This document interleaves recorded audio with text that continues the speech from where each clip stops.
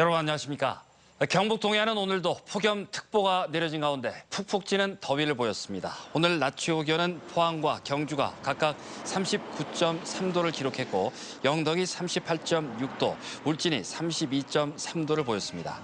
포항과 영덕은 올 최고 기온을 경신했습니다. 오늘 밤도 최저 기온이 25도가 넘는 열대야가 이어지겠고 내일 낮 최고 기온은 오늘에 비해 1, 2도가량 낮겠으나 여전히 무덥겠습니다. 내일 바다의 물결은 0.5에서 1m 로 오늘처럼 잔잔하겠습니다.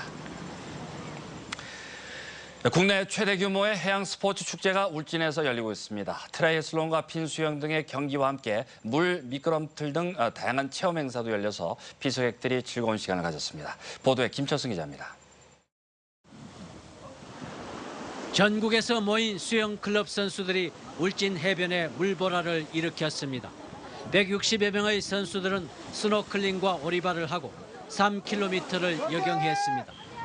시원한 바닷물이 폭염도 잊게 했습니다. 밖은 온통 무더위에 너무너무 힘든데 동해안 바닷물은 너무너무 시원하고 너무 깨끗해서 철인들도 울진 해변에서 인간 한계에 도전했습니다. 300여 명의 철인들은 1.5km를 헤엄친 뒤 자전거로 40km를 달리고 이어 10km를 뛰었습니다. 빗물처럼 흐르는 땀도 이들의 열정을 막지 못했습니다. 경기장 한편에서는 갖가지 체험 행사가 열렸습니다. 물 미끄럼틀에 미끄러지고 고무 원판을 뛰고 바나나 시소를 타며 시간 가는 줄 모릅니다. 가족들과 함께 놀러 왔는데 바나나 시소도 타고 저 미끄럼틀도 타니까 시간 가는 줄도 모르고 더 시원했어요.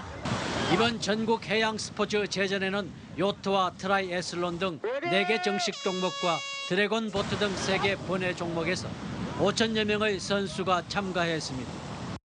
생태문화관광도시 울진과 청정바다를 널리 알리고 해양 레저 스포츠의 저변 확대에 큰 의미를 두고 있습니다. 바다 수영과 스노클링, 물놀이 등의 다양한 체험 행사에도 비서객들의 발길이 이어졌습니다.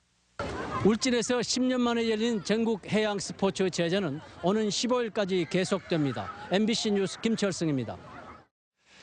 오늘 오전 열린 리우올림픽 양궁 남자 개인전에서 구본찬 선수가 금메달을 따자 경주시 동천동 구 선수의 집에서는 환호성이 터졌습니다.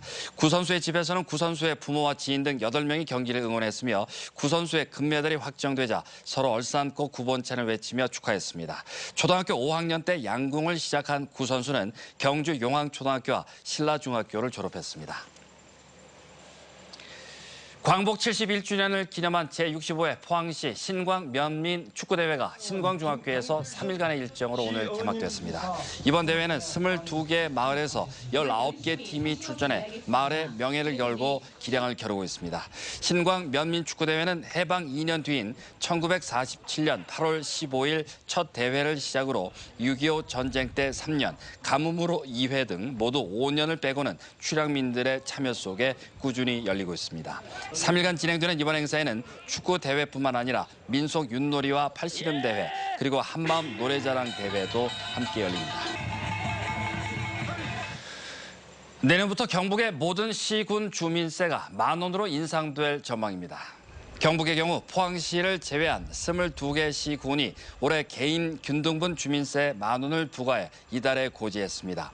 지난해 15개 시군에 이어 올해 7개 시군이 주민세를 10,000원으로 올렸으며 올해 동지역에 4,950원, 읍면 지역에 3,300원의 주민세를 부과한 포항시도 내년부터 10,000원으로 인상하는 방안을 검토 중입니다. 이러한 주민세 인상은 중앙정부가 지방자치단체 지방세수에 따라 교부세 인센티브를 차등 지급하는 등 불이익을 주고 있기 때문입니다. 해병전후회 경상북도 연합회는 오늘 포항 영일만 항에서 수중 정화 활동을 폈습니다. 해병전후회는 보트 20척과 다이버 50명을 동원해 영일만 항에 버려진 타이어와 그물 등을 수거했습니다. 또 150여 명의 회원들은 해안가를 돌며 버려진 페트병과 스티로폼 등을 수거해 청소차로 처리했습니다. 또 해병전후회 여러분들끼리 한국수력원자력 월성원자력본부는 월성 1호기 급속 개방 밸브의 고장 부품을 교체하고 오늘 오전 8시 50분에 발전을 재개했다고 밝혔습니다. 월성 1호기는 지난달 22일 제2정지개통 시험 중 원자로 정지용 액체 물질 주입으로 인해 발전이 정지됐습니다. 월성원자력은 문제가 된 급속 개방 밸브의 디스크를 교체했고 동종 밸브를 점검하는 등 안전성을 확인했다고 밝혔습니다. 하반기부터 29살 이하 청년을 신규 채용한 중소기업은 1인당 4천만 원의 특례 보증을 받을 수 있습니다. 금융위원회는 최근 기업 애로 해소 관련 회의를 열고 신용보증기금의 특례 보증 한도를 3천만 원에서 4천만 원으로 올렸습니다. 이번 한도 상향은 기업들이 청년을 고용할 때 인건비와 함께 교육 훈련 비용이 추가로 들어 부담을 느낀다고 건의한 데 따른 것입니다. 경북도 내 초중고 교사 65명이 광복절을 앞둔 지난 10일부터 어제까지 독도 탐방 행사를 가졌습니다. 참가 교사들은 광복절을 맞아 독도에서 일본의 역사 왜곡에 항의하는 규탄 대회를 열고 독도 바로 알기 특강, 독도 박물관 견학 등 다양한 행사를 진행했습니다. 경북교육청은 일본의 노골적인 역사 왜곡에 맞서 지난 2009년부터 매년 독도 탐방 행사를 진행하고 있습니다. 포항 스틸러스가 오는 14일 저녁 7시 스틸야드에서 올 시즌 25경기 연속 무패 행진을 이어가고 있는 리그 최강팀 전북 현대와 25라운드 경기를 치릅니다. 최근 무기력한 경기를 보이며 연패에 빠져있는 포항은 이번 홈 경기에서 반드시 승리해 분위기 전환과 함께 상위권 추격의 발판을 마련하겠다는 각오를 다지고 있습니다. 하지만 전북은 최강희 감독의 특급 용병술에다 국가대표급 선발 라인업을 보유하고 있어 부진에 빠진 포항에게는 쉽지 않은 경기가 예상됩니다.